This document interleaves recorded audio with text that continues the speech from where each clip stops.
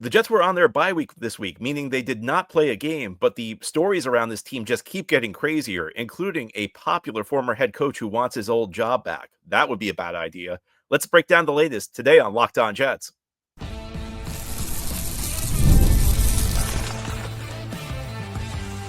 You are Locked On Jets, your daily New York Jets podcast.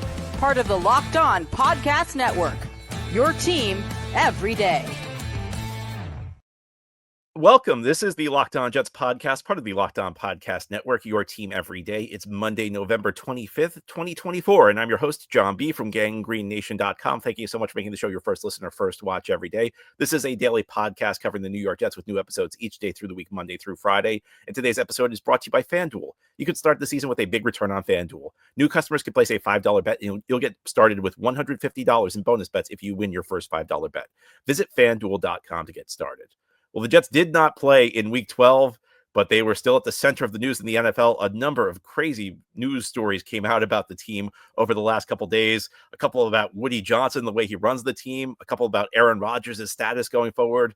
But let's start with the head coaching search, which has not officially gotten underway yet. But a former Jets head coach is really campaigning for the job. And this campaign has been weeks old. Rex Ryan, in a media interview late last week, threw his hat into the ring, expressed that he really wants the job. And I understand why Jets fans love Rex Ryan. Look, I love Rex Ryan. Rex Ryan did an amazing job with the Jets the first two seasons he was with the team in 2009, 2010. Those also happened to be the last two times the Jets made the playoffs. But he was the right coach for those teams. Being the right coach for a team, 15, 16 years ago doesn't make you the right coach for a team right now. And you can respect Rex Ryan. You can like the job that he did in 2009 and 2010 and acknowledge that he's not the right coach for this team right now. I mean, when the best thing a coach has for him is that he made the Final Four in 2010, that's not really much of a candidacy. That's not a very compelling argument for somebody to be a head coach. I mean, if his name was not Rex Ryan, let's just look at the resume. 8 seasons as a head coach, only 2 winning seasons. The last winning season came in 2010. So, next year will be 2025. So by the time he coaches his first game with the team, his last winning season will have been 15 years earlier.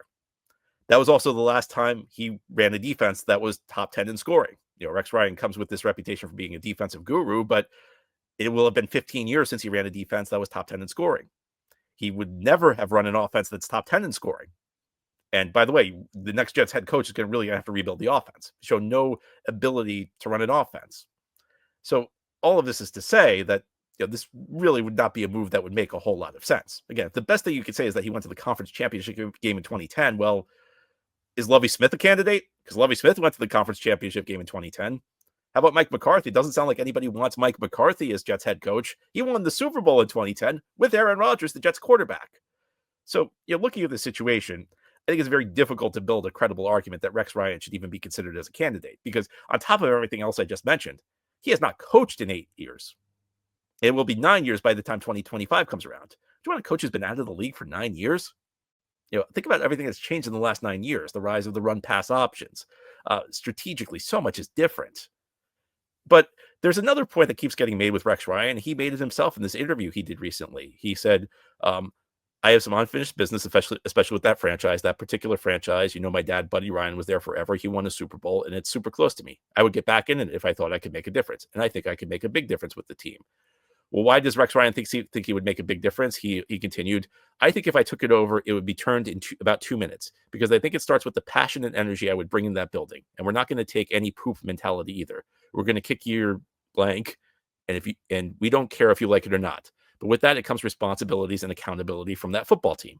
I'll take every bullet I get. I want my players to play fast, and I want them to be relentless. Right now, here's what I see with that football team. I see a team that plays with effort. Everyone in the National Football League plays with effort.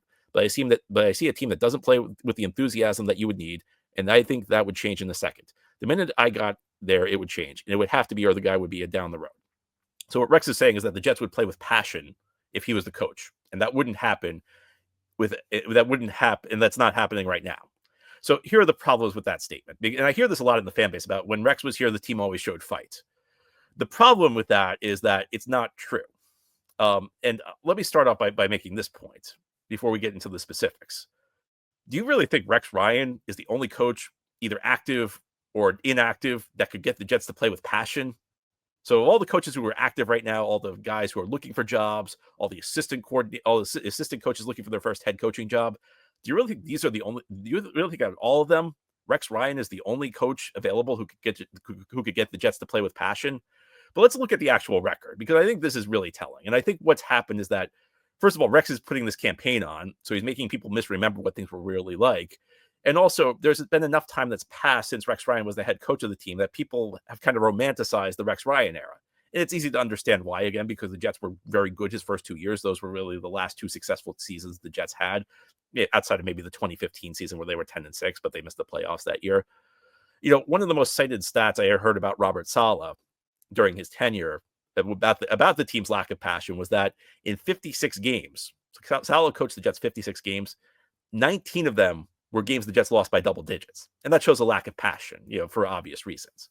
So I decided to look this up. So Saleh, the guy that could not get any passion out of the team, 19 double-digit losses in 56 games.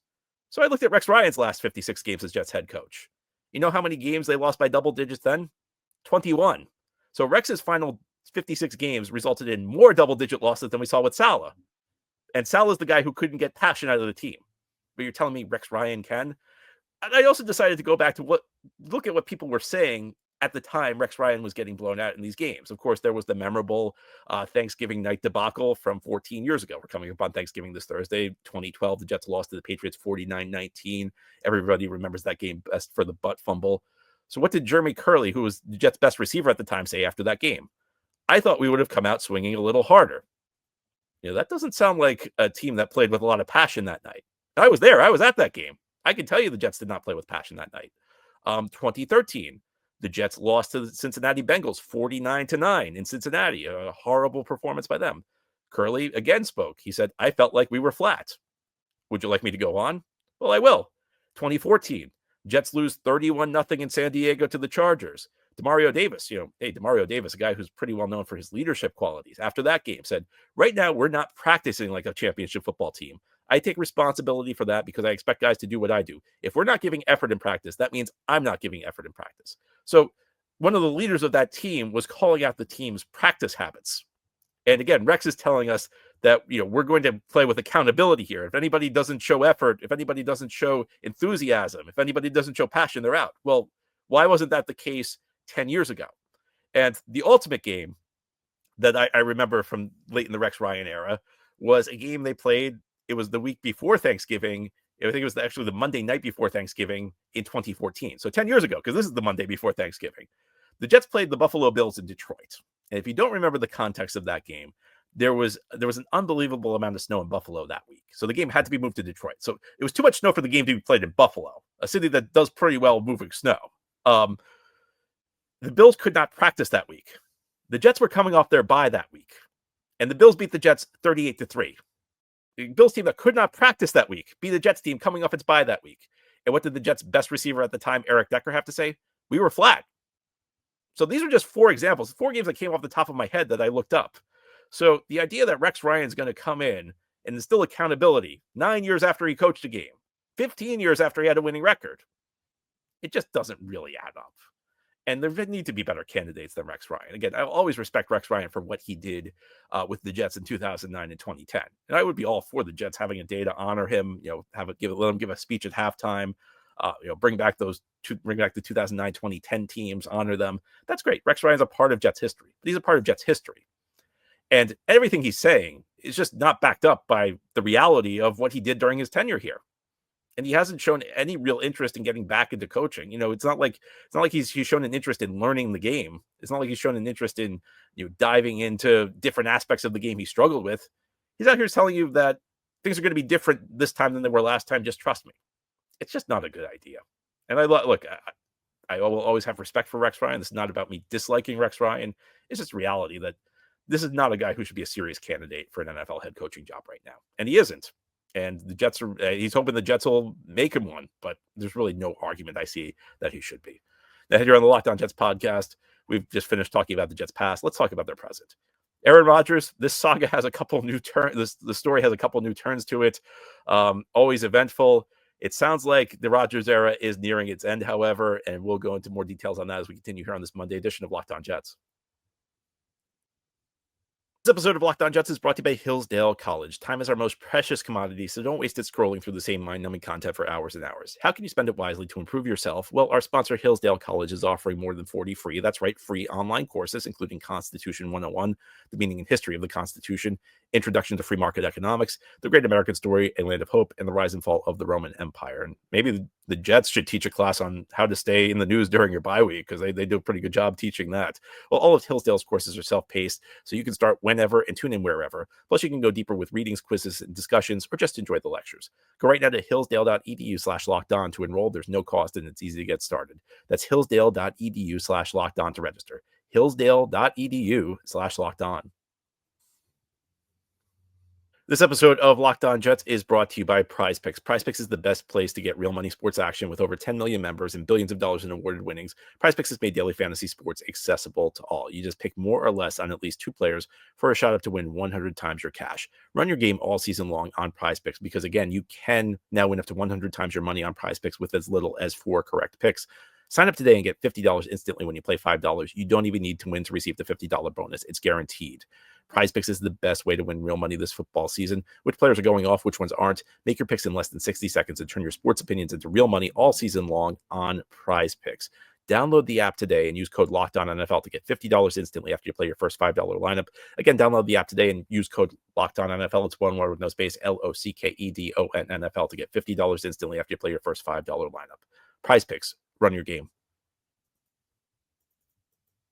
Thank you so much for making Locked On Jets your first listener, first watch every day. Big shout out to you, everydayers. This is a daily podcast covering the New York Jets, a team where there's always news. I was worried that we wouldn't have a whole lot to talk about coming out of the bye because there was no Jets game to discuss, but the Jets have kept themselves in the news through the bye week. A lot of stories that are just tough to believe.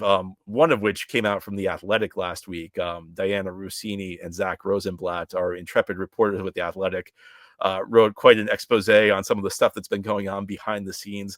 A lot of the stuff Woody Johnson that kind of like I think like we assumed that like a lot of the stuff was going on, but they kind of filled in the blanks of the specifics as to what Woody Johnson was doing.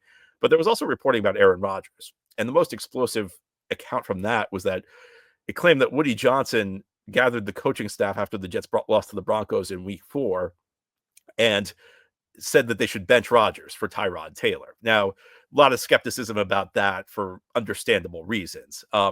But what seems clear, both in that report and even if you weren't paying attention to that report, is that there are the relationship between Woody and Rodgers seems to have broken. I'll read you an excerpt from the report. I'm told Johnson has lost confidence in Rodgers' ability to lead the team to their first playoff berth in 14 years. There are some on the team who believe everyone is simply tiptoeing around the fact Rodgers is not the same player anymore. I'm told no decisions have been made yet, but it appears increasingly likely that the 4-time MVP who was banged up could be placed on injured reserve or possibly benched over the next couple weeks, signaling the end of his disastrous time with the Jets. Some around the league said they would not be surprised if Rodgers is cut in season. As for Rodgers, his relationship with the owner has been strained for months. That's not a secret in the building or in the locker room. At this point, after conversations with sources with the team and around the league, my understanding is Rodgers still wants to play in 2025, just not for the New York Jets. So, no real shock here. And this was always the thing to watch for because, before the season, everybody was making nice. Everybody was talking as though things were going to go well. And if things went well, the Rodgers experience could have lasted a couple years. But, all these guarantees Rodgers made about how I'm going to be back in 2025. Of course, he's going to say that. Yeah, that's obvious. It's obvious you're going to say that because if you don't say that, it's going to be a news story. But it was always dependent on how the team performed this season. Now, will Rodgers be cut in season? I was going to say that's too crazy, but it feels like nothing is too crazy for the New York Jets right now at this point in time. This team just keeps on finding new ways to make news for bizarre reasons. I'll say this. I don't think Rodgers should be cut in season. And I think for the reason it doesn't really accomplish anything. I actually think firing Joe Douglas gives you maybe half a step ahead of everybody else on your GM search, because now you can at least start thinking about what you want to do. You can even potentially bring in a couple of candidates. So firing Joe Douglas over the bye week, I think there actually was, I don't want to use the word logic when we talk about what Woody Johnson does, but there was a logic to it. Cutting Rodgers right now, it's just a story. continues the narrative that the Jets are a circus. I don't think it's going to happen. And the sourcing on that aspect of the story was very, very weak. There were some aspects of the story where the sourcing seemed pretty strong. That's pretty weak. That's just speculation across the league. It seems likely, though, that Rodgers is heading to injured reserve sooner rather than later. I mean, why wouldn't he? He's obviously not healthy at this point in time. In fact, there was even a report yesterday, I believe it came from NFL Network itself, that Rodgers has apparently been refusing medical tests that could determine the severity of his injuries. The report from NFL Network yesterday also suggested that the injury started around week 4 with the Denver Broncos. And a lot of this is not like a surprise. A lot of this is just like some of this is just like repackaging old news that we already knew. Because I mean, go back to what we were saying. Go back to the podcast after the Broncos lost Jets lost week 4 to the Broncos. We were talking about it. They were talking about it during the game. The guys who were announcing the game on CBS, they saw the hit. It happened in the fourth quarter. He started limping around. It's just gotten progressively worse as the seasons move forward. I mean, there have been a number of occasions where Rodgers has limped off the field. There have been a number of occasions where he had to be examined by trainers. There was even a time or two where he had to go into the medical tent to get checked out. It's obvious he's not healthy right now.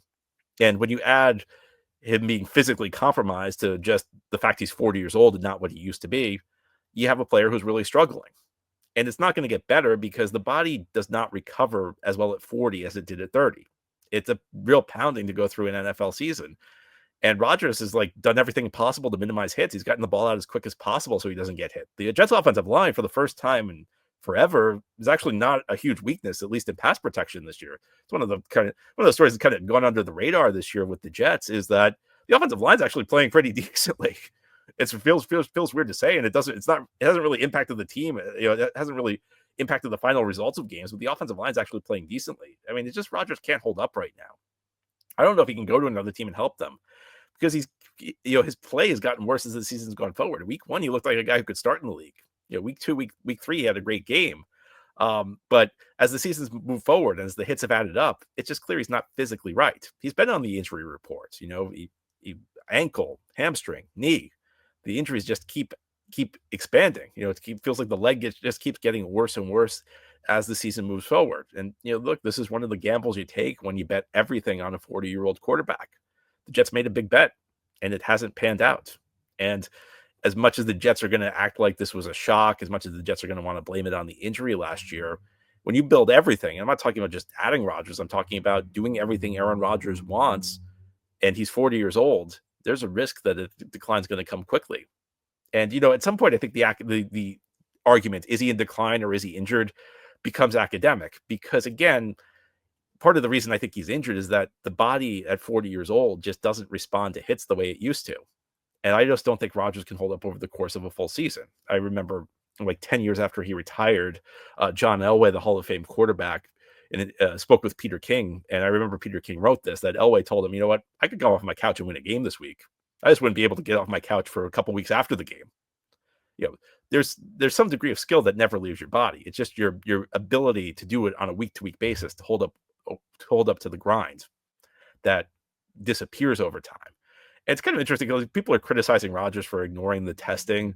Look, I mean, at some level, I think you have to respect the fact that he's been playing injured, he's been trying to battle through it. I don't think he deserves criticism for trying to play hurt, because he's tough. He's trying to help the Jets win. He just can't do it anymore. And that ultimately has put the Jets in a really tough spot, because it's not just the Jets got him. It's the Jets have literally the last 2 years, everything has been customized to Aaron Rodgers. They've gotten the coach. They had the offensive coordinator he wanted. They brought in the receivers he wanted. And unfortunately, he's just not capable of doing it anymore. And on some level, you can blame Aaron Rodgers, but you also have to blame the guy who came up with this master plan. That's the owner, Woody Johnson. I think we all know the Jets are run pretty inefficiently. Well, there's an explosive claim out there about who's actually running this team, about who's actually making the decisions with the Jets. Is a member of Woody Johnson's family. And I'm here to tell you, I think that the validity of that story is kind of academic. I don't think it makes that big of a difference. And I'll explain why as we continue here on this Monday edition of Locked On Jets. Today's episode of Locked On Jets is brought to you by FanDuel. Get ready to tackle the NFL action with FanDuel, America's #1 sportsbook, because right now new customers can bet $5 and get $150 in bonus bets if you win. The FanDuel Sportsbook app gives you everything you need to place live bets on the NFL all in one place. So when you get a hunch in the middle of a game, you can check out the latest stats, view live play-by-play, and so much more on the same page where you place your bets. Just visit FanDuel.com to join today. You get started with $150 in bonus bets if you win your first $5 bet. Jets coming out of their bye Thanksgiving weekend playing the Seattle Seahawks. Old friend Geno Smith. Tough to like the Jets in that game, but I don't know. Maybe you think they can pull an upset. FanDuel's the place to get in on the action because you get started with $150 in bonus bets if you win your first $5 bet at FanDuel.com. That's FanDuel.com. Never waste a hunch and make every moment more with FanDuel, an official sportsbook partner of the NFL. This is the Locked On Jets podcast here on this Monday. We're talking about the crazy stories that have come out about the New York Jets over their bye week. If you thought that the bye week would be quiet for the New York Jets, you were completely wrong because they're just stories that are tough to believe. And let's finish by talking about the craziest story that came out. This story is so crazy that, under any other circumstance, I would just ignore it because it would not justify taking any time to discuss it because it just sounds so out there. But the way the Jets are run these days, I don't think you can rule anything out. And I'd even say that the way the Jets are run these days, the more outlandish a story sounds, the more it could be true. The more likely it seems like it could be true. Tony Pauline, who's an NFL reporter who actually in years past has been on this podcast a couple of times, had a real doozy.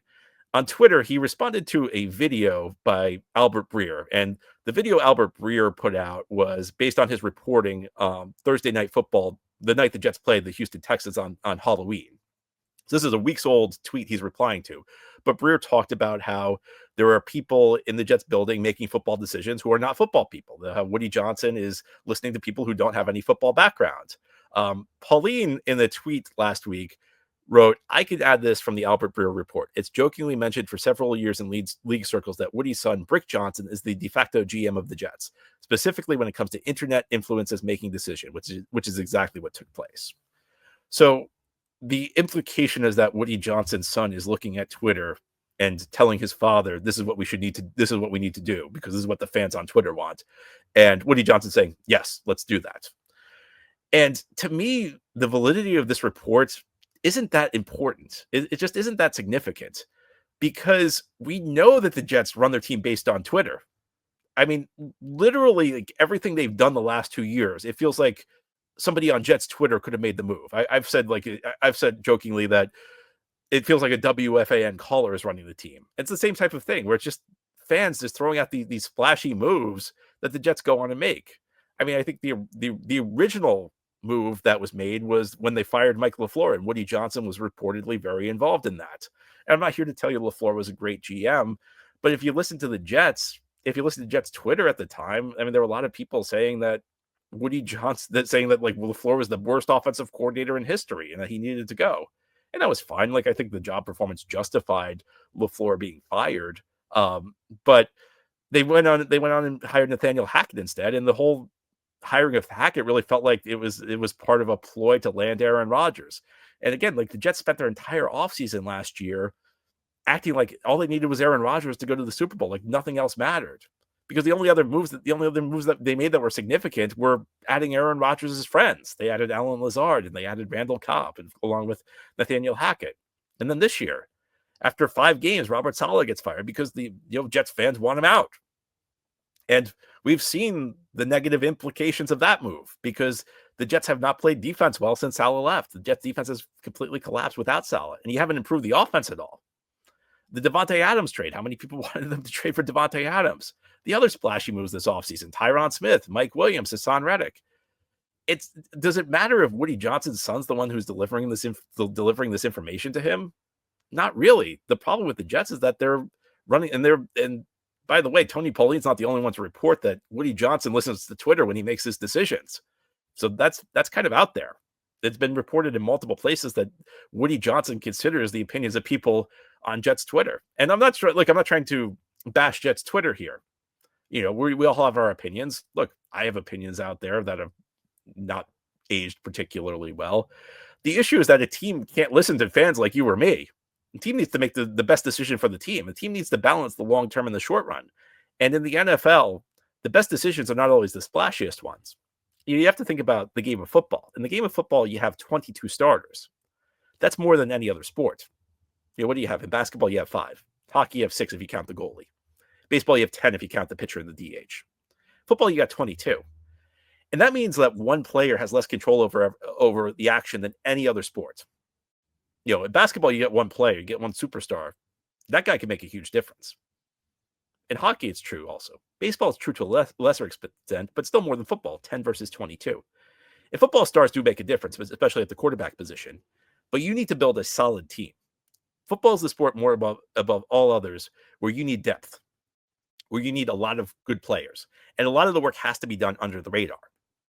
You have to find that starting guard who is not splashy, but does his job effectively. You have to find that linebacker who, again, doesn't make a lot of money, but can, help you implement your system. And just adding stars, it doesn't work. That's the reason you see it every year. There's the team that wins the offseason is usually not the team that wins the Super Bowl, because so much of building and winning an NFL team is about the stuff behind the scenes that nobody appreciates. Adding extra draft picks, scouting effectively, finding free agents who maybe aren't household names, but can fill a role for your team and do it well. Just adding a bunch of stars isn't going to move the needle if you don't do the other things, if you don't do the little things.